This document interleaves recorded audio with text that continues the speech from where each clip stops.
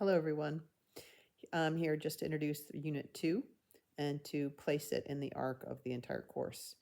So Unit 1 sets the foundation for the dispositions required of a equity-centered, trauma-informed restorative educator. And the number one disposition that we need in this work is that of compassionate curiosity. And this comes from a theory that I had that if we slowed down, that quality would arise. And that quality of compassionate curiosity is magic when it comes to supporting students and colleagues to collaborate, to solve problems. Unfortunately, our whole system, our whole world, our brains are not set up to create the conditions for that to arise. So we must practice. So the whole game is that our true nature is compassionate. Our true nature is curious, but we have years of habit of believing quicker is better and acting that way.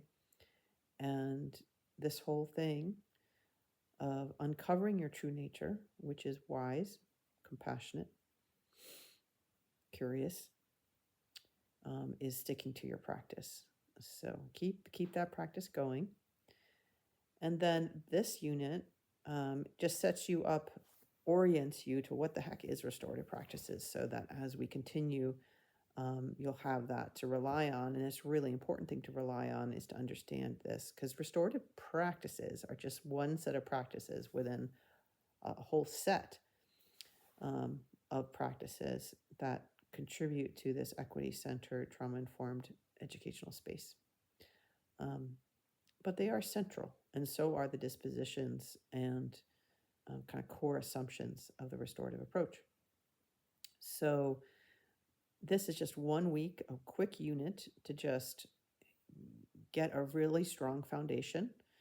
So in class, you're going to be asked with some team members there, some classmates, to define your what and why. What is restorative practices? Why do it? You're going to be doing that together, so you need to bring your notes. And then from that unit, we will move into trauma-informed restorative interventions. And this is because we cannot do restorative practices if our brain is not online.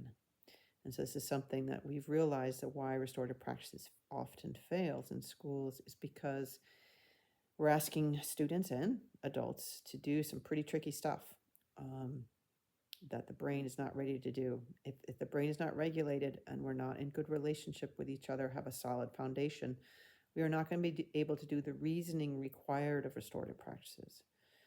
So at Starling Collaborative and myself as a consultant, we've shifted to get the mindfulness and the disposition of the educator.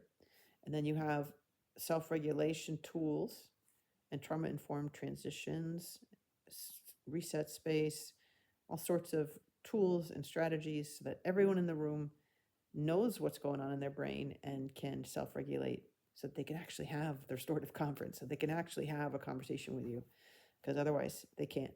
If they are, they might simply be just parroting a sorry, an apology to get out of the situation. From there, we'll be going to setting up your holistic restorative teaching environment or leading environment. And then the last unit is on when things get challenging, what do we do?